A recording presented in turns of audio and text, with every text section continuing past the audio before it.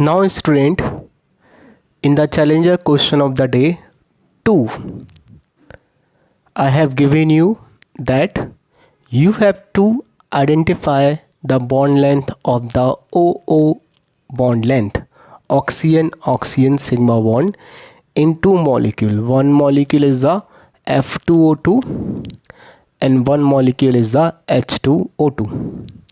So let's first see the experimental result. Then oxygen bond length in the F₂O₂ is the 122 picometer, which is smaller, and oxygen bond length in the H₂O₂ is the 148 picometer, which is the bigger. So how we can identify this bond length on the basis of our concept? So before that, I will again revise you the band rule. In the band rule, I have given you the molecule PCl4 fluorine, and 3 fluorine I have placed already, and now I have the fluorine and chlorine. Okay, and 2 positions are available. One position is the axial position and one position is the equatorial position. So I told you that fluorine always attached to that orbital, because fluorine is the most electronegative element. It want to accept the more electron, so fluorine will always attach to that orbital which has the more donation capability. Means remember, more electronegative element always attach to that atom which has the more capability to donate the electron. And I have explained you that these axial bond are the PD bond and these equatorial bond are sp2. This orbital of the phosphorus is the sp2 hybridized. In the sp2 hybridized orbital, we have the 33% s character. Okay, s orbital is very smaller, it is close to the nucleus, electron are very close to the nucleus. So that is why I told you, if we have the more s character, means that orbital is more electronegative, and a more electronegative cannot donate the electron. More electronegative, more is the s character, more is the electronegative, it cannot donate the electron, otherwise it want to accept the electron. So here electron donation capability is less because it is sp2 hybridized, but in the equatorial bond, in the axial bond, these orbitals are the pd hybridized. So here we have the more electron donation capability. So more electronegative element fluorine always attached to the axial bond, and less electronegative element chlorine always attached to the equatorial bond.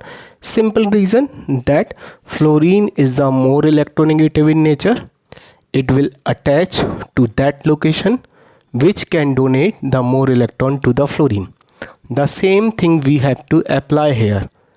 If we have the more s character, then that orbital is the more electronegative, and more electronegative orbital can withdraw the electron easily, it cannot donate. So if we have the more s character, more s orbital, more electronegative nature, and it can withdraw the electron easily. But if in any orbital we have the more p character, then it is less electronegative in nature and it can donate the electron very easily. So now first you have to think about the fluorine. Fluorine is the electronegative or electropositive. It is the electronegative element. It is the most electronegative element. Its electron withdrawing power is the maximum. Its electron withdrawing power is the maximum. Okay, so look, you see who can donate the more electron? Fluorine want to withdraw the electron. Then which orbital can donate the more electron? The orbital in which we have the more p character, that can donate the more electron.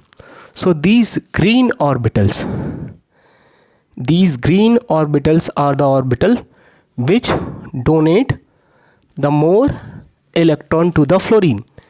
Electrons are donated to the fluorine through these two green orbitals, and the orbital which is more electron donating in nature, in that we have the more p character. So student, in this green orbital we have the more p character, and in this green orbital we also have the more p character. If p character increases, hybridization of the oxygen is the sp3. Ideally each sp3 hybrid orbital has the 25% s character and 75% p character, but here p character increases. If p character increases, then s character decreases here.